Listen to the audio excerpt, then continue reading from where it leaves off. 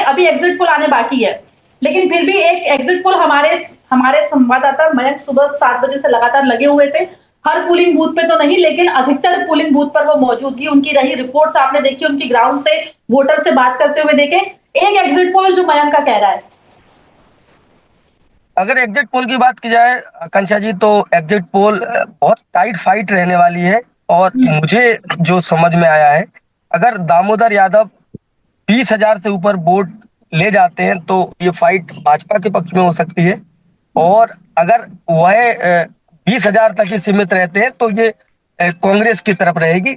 लेकिन कहीं ना कहीं एज जो है वो कांग्रेस की तरफ फिलहाल दिखाई देती है, क्योंकि नरोत्तम का टिकट काटा जाना भी एक बड़ा फैक्टर है, जिसको लेकर जो शहरी मतदाता है वह नाराज रहा। और भारतीय जनता पार्टी की दशा और दिशा तय करने वाला जो मतदाता है इस पूरी दतिया विधानसभा में, वह शहरी मतदाता ही है। क्योंकि पिछले विधानसभा चुनाव के, पिछले 15 साल के विधानसभा चुनाव के ट्रैक रिकॉर्ड को अगर उठाकर देखा जाए तो ग्रामीण क्षेत्र से हमेशा से ही भारतीय जनता पार्टी चुनाव हारी है। तकरीबन 10-10 हजार वोट से पीछे चलने वाली भारतीय जनता पार्टी जो अपने शहरी क्षेत्र तक पहुंचती थी, तो वह अपनी हार को खत्म करते हुए तकरीबन 1 से 2 हजार की लीड लेती थी। और उसके बाद आखिरी जो क्षेत्र, बसई क्षेत्र जो बचता है, वहां से वह जीत जाया करती थी।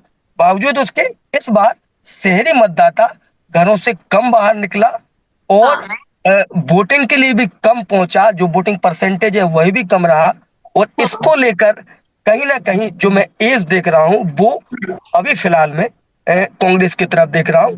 बावजूद उसके दामोदर फैक्टर हावी रहेगा। अगर दामोदर यादव 25 से 30 हजार वोट लेते हैं तो कहीं ना कहीं यह भाजपा के पक्ष में रहेगा। बिल्कुल। तो देखिए, यहाँ पर आपको हम बता दें कि जो बड़ा अपडेट फिलहाल, मयंक बहुत बहुत शुक्रिया जानकारी हम तक साझा करने के लिए। आपको मैं फ्री कर रही हूँ। हमारे सहयोगी अशोक हमारे साथ जुड़ रहे हैं, लेकिन अशोक जी, फोन को आपको ना थोड़ी सेटिंग बदलनी होगी।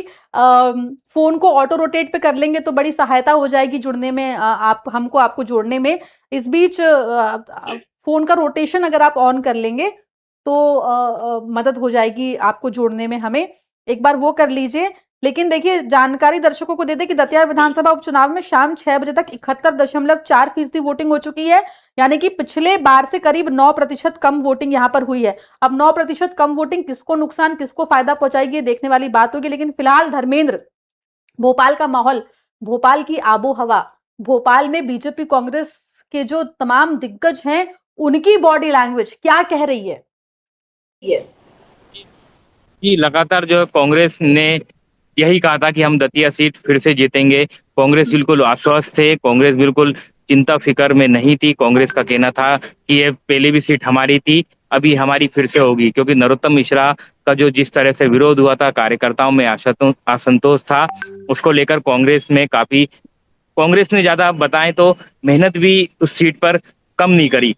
काफी जो उनके स्टार प्रचारक थे, बैठे हुए फोटो पे फोटो तो डाले जा रहे हैं जीतू पटवारी जी, लगातार जो है जीतू पटवारी की एक बहुत बड़ा, एक उनके लिए जो प्रदेश अध्यक्ष रहते हुए एक बहुत बड़ी सीट है। क्योंकि अगर कांग्रेस जीतती है तो जीतू पटवारी को कहीं ना कहीं इसका पूरा श्रेय जाता है। क्योंकि जीतू पटवारी ने जिस तरह से कैंपेनिंग की है, जिस तरीके से प्रत्याशी को चुना गया, क्योंकि 3 लोगों के नाम पहुंचाए गए थे। अवधेश नायक जो एक लगातार वो खतरा बन रहे थे कांग्रेस के लिए, मगर कांग्रेस के नेताओं ने उनके घर पहुंचकर उनसे बात करी, उनसे बातचीत की और उनसे यही बोला कि आप जो भी है पार्टी के लिए आप पूरा समर्थन करें। तो लगातार जो है उमंग सिंगार भी हमने देखा कि वो लगातार वो मैदान में जुटे हुए थे।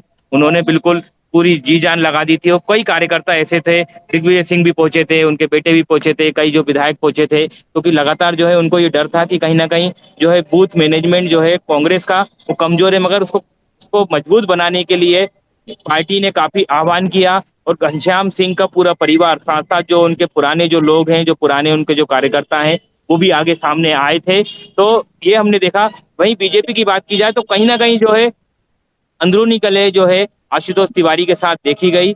कोई ऐसी बड़ी सभा, कोई ऐसा बड़ा कैंपेनिंग या कोई बड़े नेता का कोई उनका ऐसा साथ नहीं मिला। दतिया के भी लोगों ने कोई ऐसा सोशल मीडिया पे कोई ऐसा विचार कोई नहीं व्यक्त किया कि आप भाजपा के पक्ष में आए। जिस तरीके से आज वोटिंग हुई है लेकिन तो केंद्रीय यहाँ मंत्री 3 केंद्रीय मंत्री लगे। देखिए धर्मेंद्र, बीजेपी को तो पूरी फौज उतारनी पड़ी। दतिया में जब मैं थी तो लोग कह रहे थे कि भोपाल बन गया है दतिया, राजधानी बन चुका है दतिया, तमाम कैबिनेट मंत्री वहां पर हैं, तमाम विधायक वहां पर हैं, 3 केंद्रीय मंत्री आ रहे हैं। दतिया तो कुछ दिनों के लिए भोपाल में तब्दील हो चुका था, क्योंकि पूरी की पूरा जो पावर सेंटर था वो तो दतिया में रह रहा था। जी, मगर जो जमीनी नेता की जो पकड़ रहती है वो कहीं ना हाँ। कहीं अलग दिखती है।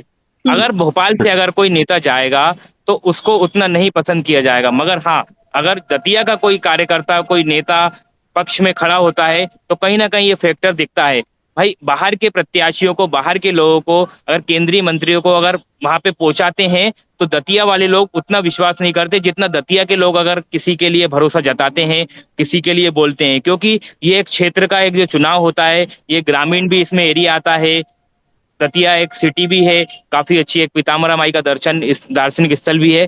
तो लगातार हमने देखा था कि वहां का जो मेन जो समाज सेवी है, जो वहां का जो कद्दावर है, वहां की उधर से कोई ऐसी रिपोर्ट ऐसी सामने नहीं आई। देखिए, केंद्रीय मंत्रियों का जाना कहीं ना कहीं अच्छा रहता है, मगर वहां की जनता किसको पसंद करती है, किसको नहीं पसंद करती, ये तो जनता के ऊपर निर्भर करता है। क्योंकि जनता जो है